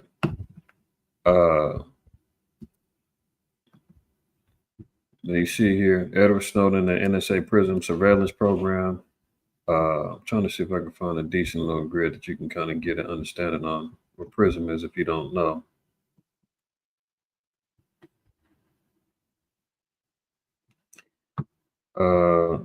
Well, this is something similar. It's a little fuzzy, but if you look up here, you'll see all of these particular entities are intertwined with government surveillance. They have obligations to check in. Notice here, even here's an example, Facebook. If you remember when Mark Zuckerberg was talking about how the FBI and the US government was regulating the information that they were allowing on their platforms. If it had anything to do with Russian disinformation, or, they were talking about, oh, we want you to push the Russian disinformation, the Hunter Biden laptop, all the other stuff. And Zuckerberg was like, okay, yes, we'll follow along with whatever you say. That's what we're talking about here. Gmail, Facebook, Hotmail, Yahoo, Google, Apple, Skype, Paltalk, YouTube, AOL. This is all one particular grid of surveillance that the government uses, and it's called Prism. All the way down here, providers, Google, Yahoo, and it all leads down to this. This is the whole grid. The FBI, it's the whole surveillance thing. So, let's not act like we're on secured networks and all of that when we're using all these aspects. When you're using Gmail, they on it. Facebook, they on it. Hotmail. How do you think that as soon as somebody makes a post on Facebook, immediately the FBI is at their door when they made a threat to the president or they made a threat to national security? They're at their door immediately, like, oh, we saw your post. We're gonna go ahead and take you in for questioning. YouTube, that's why all of them community guidelines are lined up, especially during the 2019 to 2023, 2024 scenario with the pandemic and all of that. They was on top of everybody saying anything. That's what they're doing. Okay, Prism. Now, these same individuals who's over this, they've been sitting behind closed doors using the NSA platforms and technology to promote and have discussions regarding transmission services,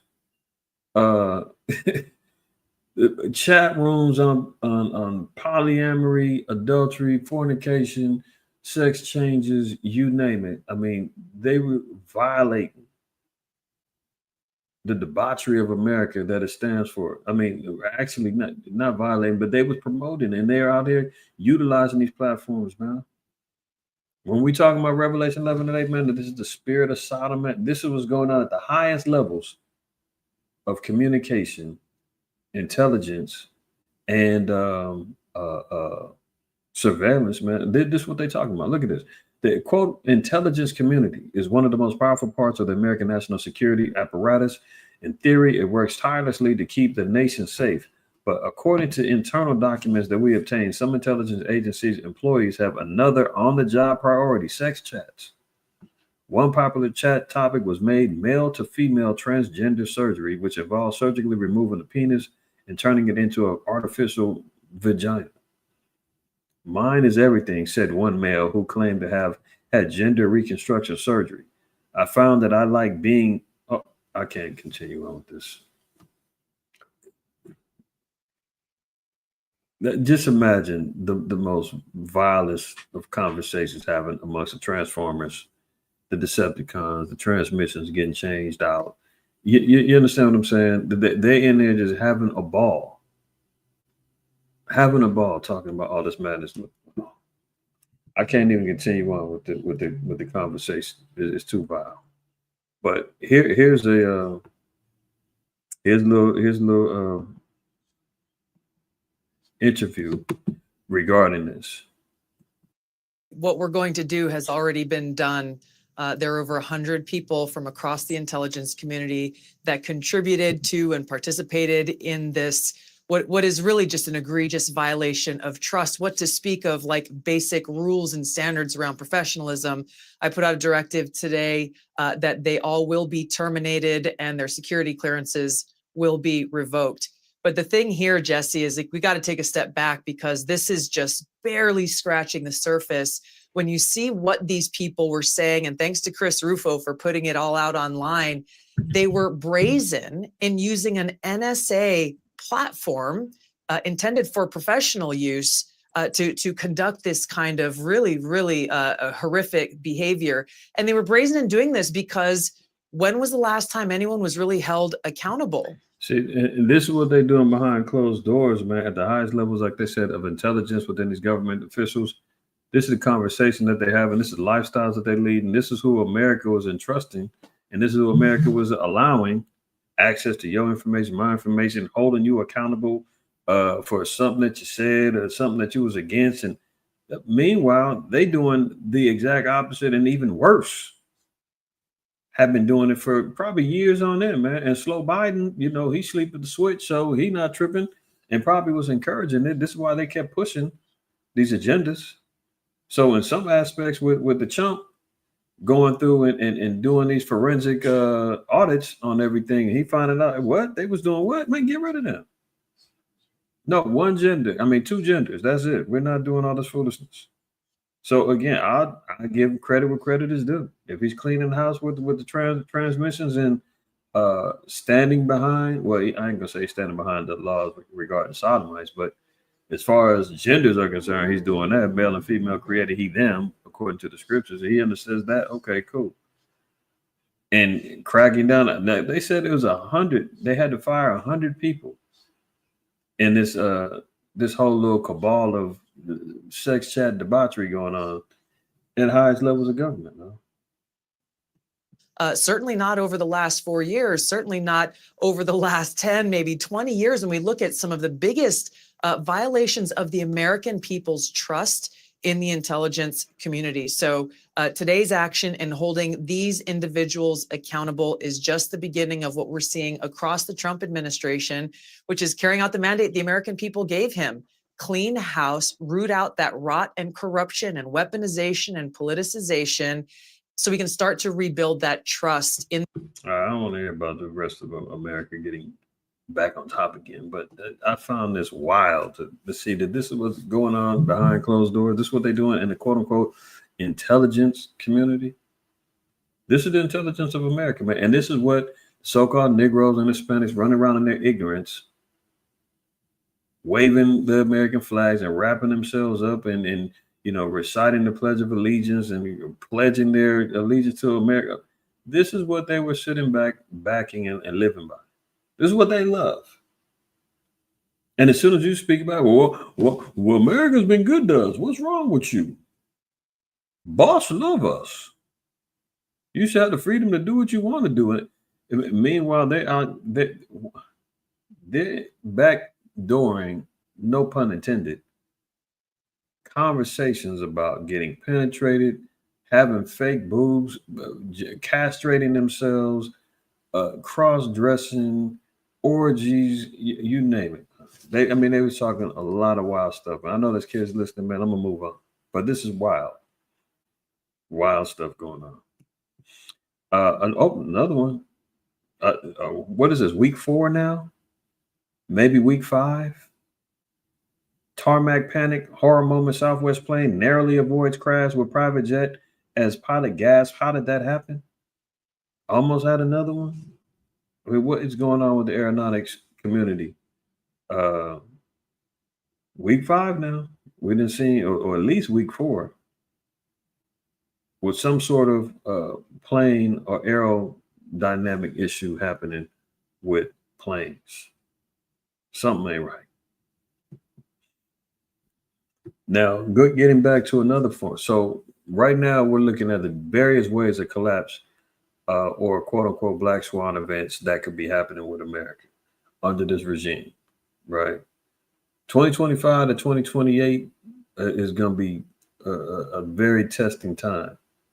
A lot of things going to be changing. We've been talking about it for a long time. Last year, in particular, been saying it under this administration, they ain't going to make it easy for him.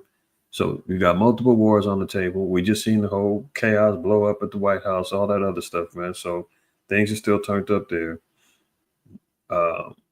Next, we're going to look at economic collapse. If you've been watching or if you got any money invested in any of the above, stocks, crypto, precious metals, the only thing that's been maintaining and actually striving right now financially is the precious metals for the most part. But economic collapse is definitely on the table. Stocks have been getting hit tremendously. What they call it? Bloodbaths on the markets, from crypto to you name it. Crypto was just at, let's say, for instance, Bitcoin. I think it had peaked out at like $104,000 or something like that per coin. That was just from December into like early January. It's down to 80-something thousand now. So you're talking about $20-something thousand worth of value out of that coin got lost within a matter of weeks. And if you were an investor in them things, you lost money for sure. You jumped on the bandwagon with certain stuff. Hey, you probably took some L's. They're engineering and manipulating a collapse so that they can come in and say, hey, we've got a new system. We've got a new economic plan that's going to save everybody. We're going to need everybody to invest. Remember, even Elon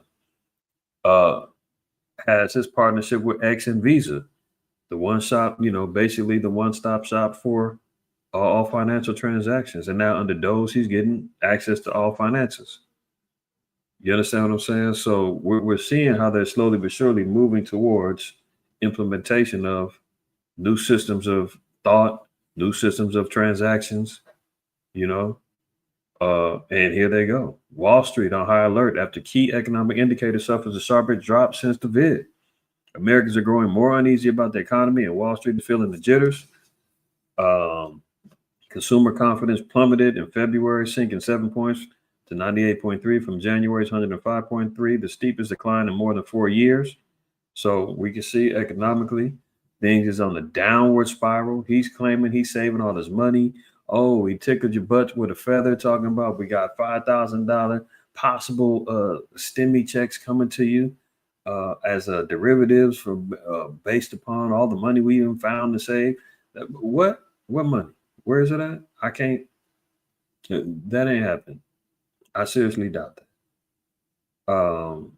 But everybody's seeing the egg prices. Everybody's seeing the inflationary prices. The gas is going back up. They're engineering the collapse. People are losing. The investment sectors are losing a lot of money. Real estate down. Everything. So war, economic collapse, all on the table right now. Look at this. Federal technology staffers resign rather than to help Musk and Doe. So more division within the presidential sector and his administration. You got some of the tech people that was employed to help Musk and Doge. Now they said, oh, we're not doing it because we're finding some foul play jumping off. We're going to see about that in a minute. Look, more than 20 civil service employees have resigned Tuesday from billionaire Trump advisor Elon Musk's Department of Government Efficiency, saying they were refusing to use their technical expertise to, quote, dismantle critical public health services. You seen last week the brother that they put over what's his name? Something Turner. I forgot the brother's name. Tim Turner, maybe. But the brother's over HUD. He's in compliance with cutting money in programs out of HUD that could lead to some issues for our people. You know, a lot of people dealing in these Social Security offices and a lot of these federal services. Jake's is having these particular jobs. Okay, so we're going to see. It says we swore to serve the American people and uphold our oath to the Constitution across the presidential administration. So in their estimation, there's violations of the Constitution that's happening under Elon and Doge. And they're like, look, we're not going to help you. Basically fire people, because part of the economic collapse is, if you look at or you understand what's going on with the Federal Reserve and them creating, rising interest rates and trying to reduce spending and get in people's pockets, they said that unemployment has to increase. They have to have more losses of jobs so that, the big boy billionaires and all them can sustain the economy and they can continue getting paid. Now, how have they been doing that? Yeah, we've seen layoffs been happening just off of the fact of economic struggles for businesses trying to stay afloat. But at the same time, Trump and his administration is helping forward that by laying off and firing a gang of people too. You're talking hundreds of thousands of people that's been getting fired or getting laid off in all these particular sectors of the federal administration. That also is part of them trying to get the economy back on track. So it's the design. Look into, the Federal Reserve. You see a lot of these speeches from Jerome Powell. He's going to tell you, man, we got to give people, there's going to be economic pain if we're going to get this thing back on track. And so Trump is moving in. And that's why he ain't audited the Fed. He's working along with them. Okay, no problem. In the guise of me cleaning the swamp, we're going to get rid of some jobs. I can do that. And Slow Biden was letting, a lot of these federal workers, man, do their thing and collecting checks. And now the Trump is like, hey, you know what? This gives me good reason to get rid of some of these people. But at the same time, the rich are still getting richer off of this. We'll see that in 1 second. Hold on. So the 21 staffers wrote in a joint resignation letter, a copy of which was obtained by the Associated Press. However, it has become clear that we can no longer honor those commitments. The employees also warned that many of those enlisted by Musk to help him slash the size of the federal government under President Donald Trump's administration were political ideologues who did not have the necessary skills or experience for the task ahead of them. So he's saying they basically hired some people who was not qualified. Okay, let's move on.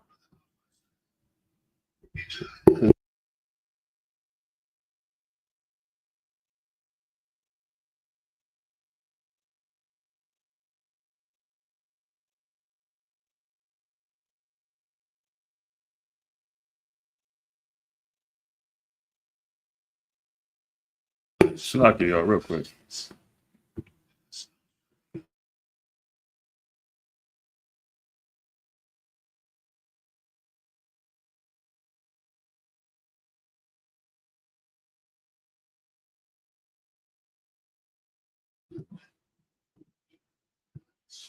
All right, Shalaki. So look at this here. Now, we just talked about the rich getting richer, right?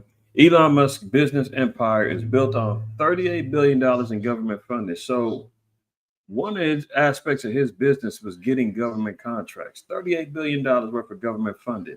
Now, here he is in control of regulating what aspects of government entities will exist, not exist, downsizing, which ones do all of his particular companies that he's got control of, can he slide in and take over and get that money back in his pocket and fund his businesses.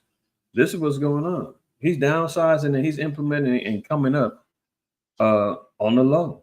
So look, $38 billion in government funding he's been making off of, and now he's in charge of where the money goes to.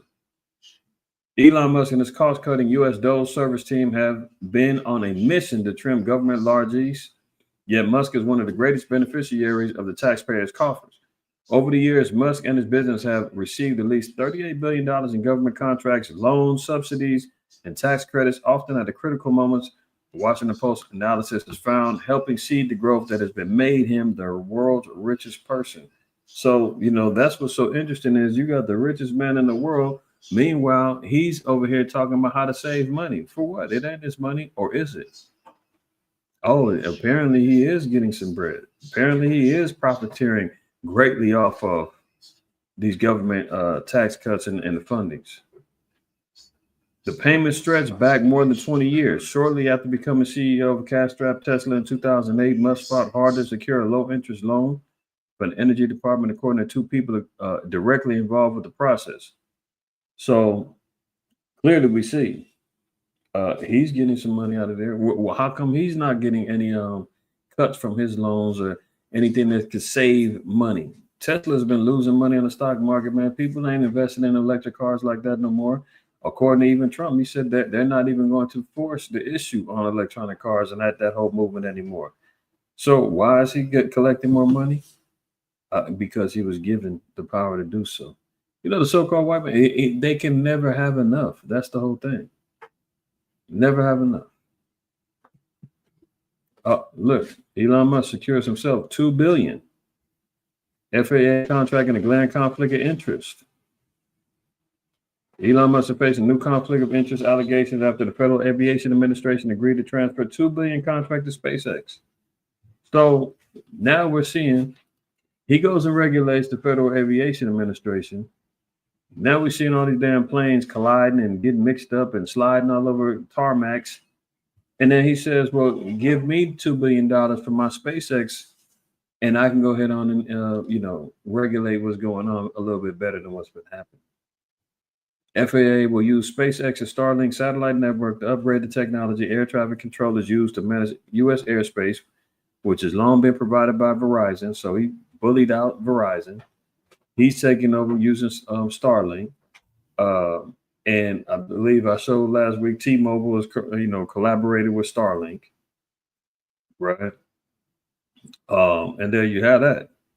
So Musk recently suggested the system is aging and requires immediate overhaul, saying on X that Verizon technology is not working and so is putting air travelers at serious risk. So they, again, Hegelian dialectic, right? Problem, reaction, solution.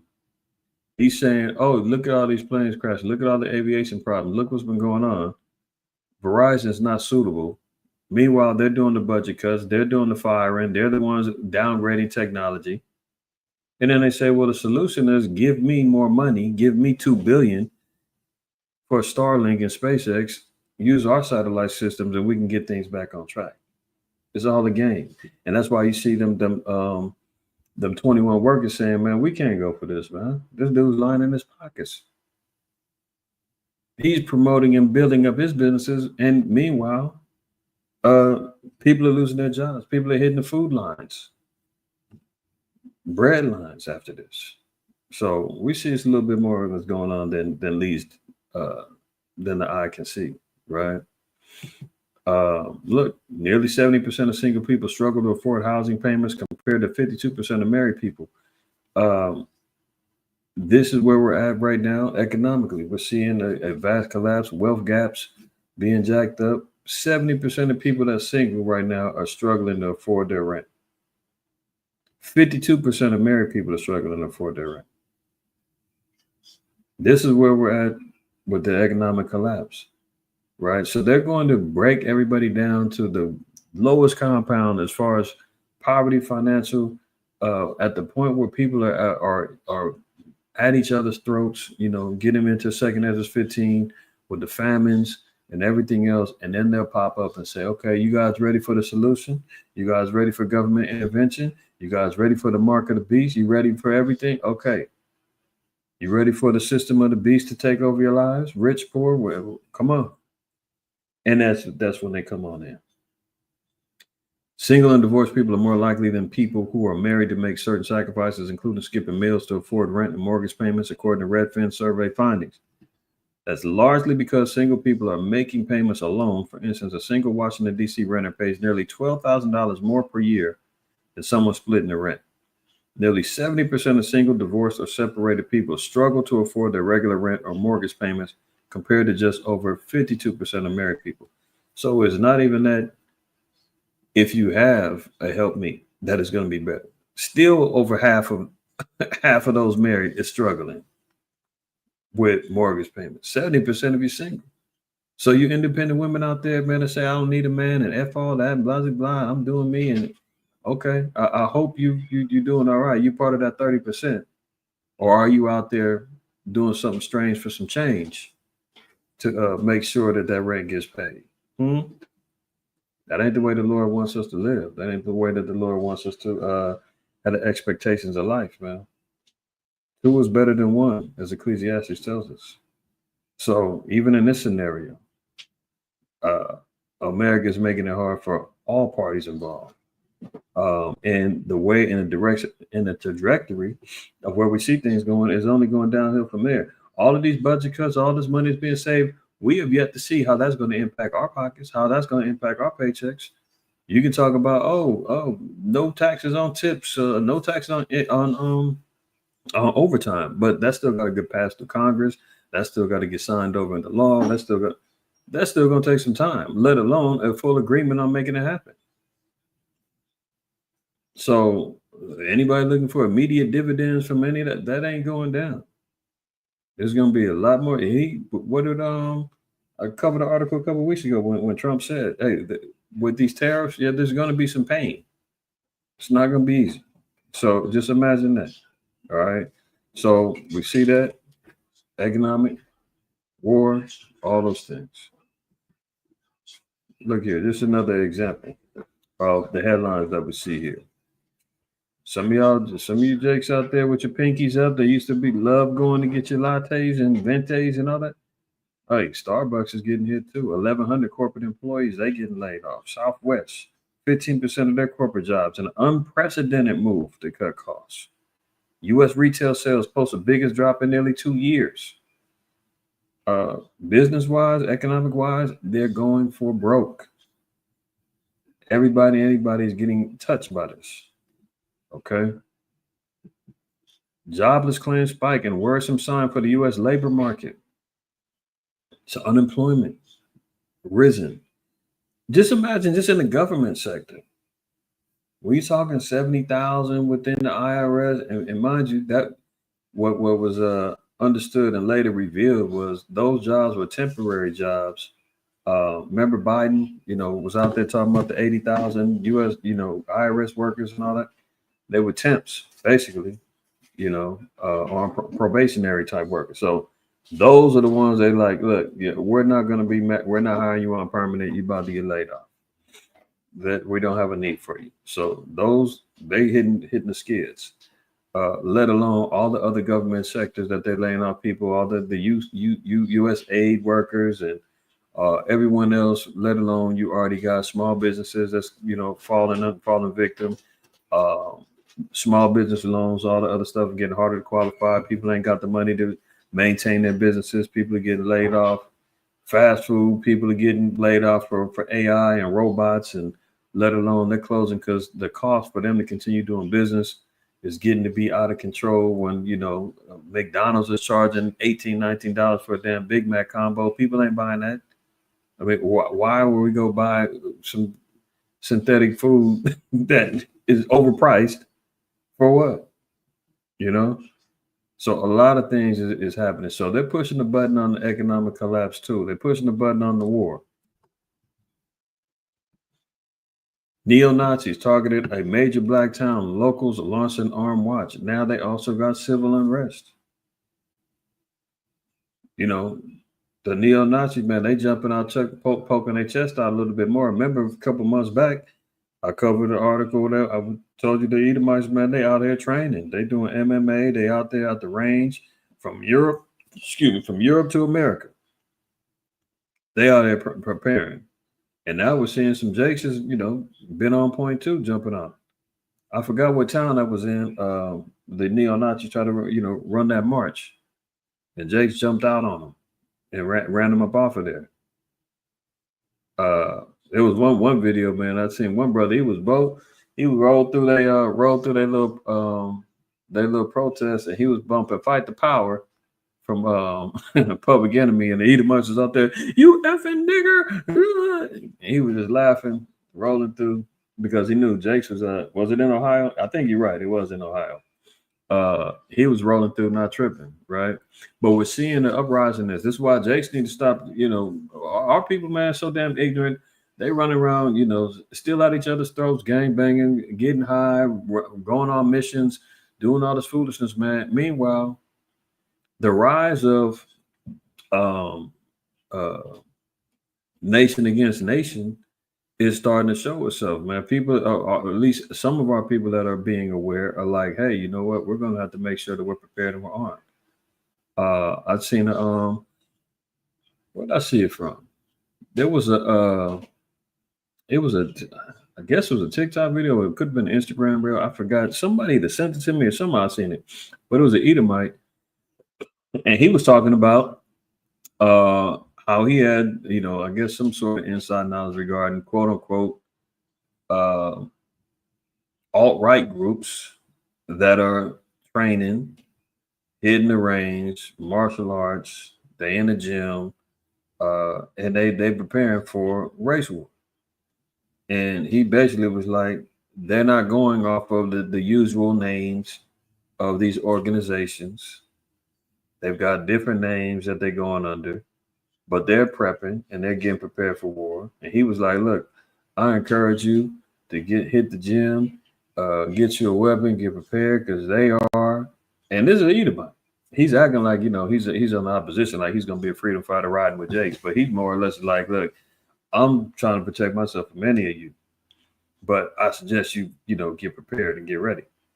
And he said it's 100. He said the numbers is up in like 100,000 of these quote unquote groups that are out here prepping and doing what they do. So we're seeing, especially under the Trump administration, they're feeling a little bit more secure and jumping out there and showing their hand because they feel as though he's on their side, which he is. So we don't see him running over there to Ohio saying, hey, we're arresting anybody that's on that folly. We're cracking down. No, they're allowing that to go down. That's also part of the plan. Open up the door for civil unrest. For weeks, men carrying rifles have guarded the roads leading to Lincoln Heights, Ohio. Yeah, that's right. Ohio, stopping and questioning those who approach the Cincinnati suburb. The men, some of whom wear masks and body armor, are residents of the small majority black town. They say they're protecting their own and they're on edge. Okay, so yeah, I seen the video. This is the article. Okay, this is where I'm thinking it's two different incidences. But yeah, in early February, a truck of neo-Nazis came to Lincoln Heights doorstep. Mass demonstrators, some carrying rifles, heard racist slurs and waved flags and red swastikas on highway overpass leading into town. 2 weeks later on Sunday, another agitator struck, spreading racist pamphlets of Ku Klux Klan across the Lincoln Heights. And we've seen this go on not only in Ohio, we've seen it in Orlando, we've seen it in Tennessee, where Esau popping out. And now they starting to show themselves, they be wearing their mask and they hiding. But there was another one. I seen a TikTok video. Somebody sent it, or it might have just came on YouTube feed. There was a sister doing some reaction to it. But at I think it was a Super Bowl in New Orleans, and they was saying that the video basically was saying, look who didn't end up showing up to New Orleans, as if they were insinuating that some neo-Nazi or some white supremacists were supposed to show out and do something at the Super Bowl, But IUIC was there, and they did a march, and them jakes out there about 2,000 deep, marching, and they basically was like, "Oh, plans got changed, huh?" And kind of laughed about it. And this wasn't the Israelite, that posted. I think it was an Edomite or somebody had made a post regarding what they either was hearing through the grapevine was supposed to go down, and plans got changed because Jake was out there. But nonetheless, we're seeing the friction and the sparking of civil unrest happening in real time. Oh, one more thing. So we've got civil unrest, we got economic, we got global warfare, and we still got pestilence and disease. Wuhan, the COVID lab planning a quote ominous new bad experiment. So here they go again. New experiments jumping off. Okay. Chinese scientists are planning an ominous experiment similar to those that could have triggered the first go round. The Wuhan Institute of Virology. We've heard that like clockwork in our brains since 2020 to 2023, 2024, and on. Same place, same time, They published a new research this month announcing it had found a bat virus, that can enter human cells, similar to the last infection. Huh? Oh, so they back to doing the same old thing again, huh? Well, I'm gonna slide from that one before they, say something. But you can see for yourself that they're opening up those doors. And remember, from the beginning, at December, Peter Hotez was talking about we've got a number of different things that we're ready to let go after January 21st. Shout out to my brother Ashar. If y'all remember, I was breaking my brain trying to find this article talking about in China, Moab was over there trying to bubble up some new viruses, and they found 8 new ones that they can get busy with. And here it is. The water, my brother, you found that one. Now, remember I said I brought it up about a year and a half ago, sure enough, October 25th, 2023. A new virus, 8 new viruses discovered in China with, quote, high probability of infecting humans. A group of Chinese scientists have discovered 8 never before seen viruses, including one belonging to the same family as the last one we just got to dealing with, on a tropical island of Hainan. The scientists have raised concerns that these viruses could potentially infect humans if they breach the species barrier. The project was funded by the Chinese government. Oh, how nice of them. How nice of them to fund it. So there you have it. Another thing they're ready to get busy with. West Texas doctors are urging people to get poked in the arm after the measles death. This is a big deal. So the fear mongering is on point, man. They're pushing you to get poked in the arm. Oh, the measles is happening. People died of the measles in Texas. You got the new viruses spreading out. Bird flu. They're ready to get the new mRNA. Help on the way. Poking the arm to stop that. So as we see, they're pushing it. This is a big deal. Get ready. All doors is open right now. Oh, here we go. LAX on red alert as foreign traveler brings in a deadly disease and infects an unknown number. I mean, you can't make this up. LAX, that's the LA airport. A passenger arriving on a Korean air flight, always coming from Moab. Korean air flight from Seoul tested positive for the highly contagious respiratory illness, which is currently ripping its way through Texas. So Texas getting hit with measles. They're getting hit with respiratory alert. A number of unknown people got hit with a disease at LAX. We're on red alert now. Measles outbreak. Here we go. Here we go. Last one. Let me see this. Hold on, because this ain't looking right. Work with me on the fly, y'all. We're going to make it happen. Okay. Now, last one I wanted to share with you, too. This is the last thing that they could be pulling out a rabbit out the hat. Okay. Declaring a national energy emergency. This is an executive order of January 20th, 2025. You can go on us.gov. You go on the government website, you can find this yourself. I didn't make this up.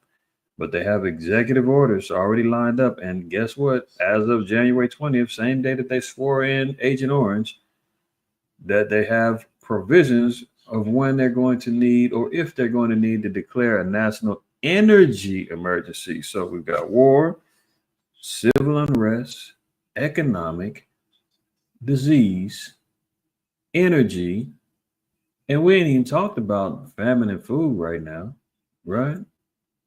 But here's a little portion of this particular emergency.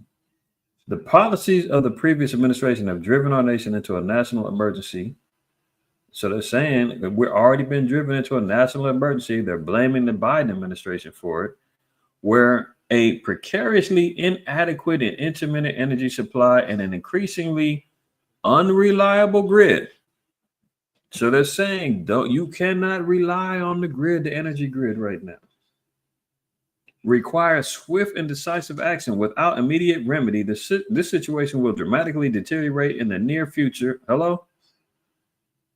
This situation will dramatically deteriorate in the near future due to a high demand for energy and natural resources to power the next generation of technology. So you can see why Agent Orange is over there saying we need those minerals in Ukraine. Hey, Elon, what can you do to sustain the energy? Well, I've got Starlink. We need to shut everything down, invest everything in me. I can save it. Here we go. Require swift and decisive action without immediate remedy. This situation will dramatically deteriorate in the near future due to a high demand for energy and natural resources to power the next generation of technology. The United States' ability to remain at the forefront of technological innovation depends on the reliable supply of energy and the integrity of our nation's electrical grid. Our nation's current inadequate development of domestic energy. Our nation's current inadequate development of domestic energy resources leaves us vulnerable to hostile foreign actors and poses an imminent and growing threat to the United States' prosperity and national security. Interesting word that they use, foreign actors, to take blame for what could be a energy collapse, attack on the grid. So as we see, man, the elites and the controllers of certain narratives of the world, man, they're pushing the panic button on everything right now. And this is just what we're barely beginning the third month of this quote unquote administration, and they're ready to let all hell break loose, one way or the other, man. So you see it. You got energy grid that they're saying is inadequate right now and needs immediate attention. You got civil unrest, global warfare. You've got plague, a number of different things, man. So with that being understood, getting back to the original origin of the lesson and the scripture that was brought out regarding observing Abib and watching, guarding, protecting, staying aware, alert, vigilant, understanding what we're dealing with right now, it should put you in another spirit as we're moving forward into this new year, right? So with that, I'm going to go close out, man. Give all praise, honor, and glory to the Most High, man. Always remember, fear the Most High. Keep the commandments. Don't shoot your messenger, man. Appreciate all of y'all that tapped in with us for today. And we will have a closing Shabbat class at 4 o'clock. Tune in then as well. We got to continue on with this movement, man. All right. So y'all be well, man. See y'all in the near future. Shalom.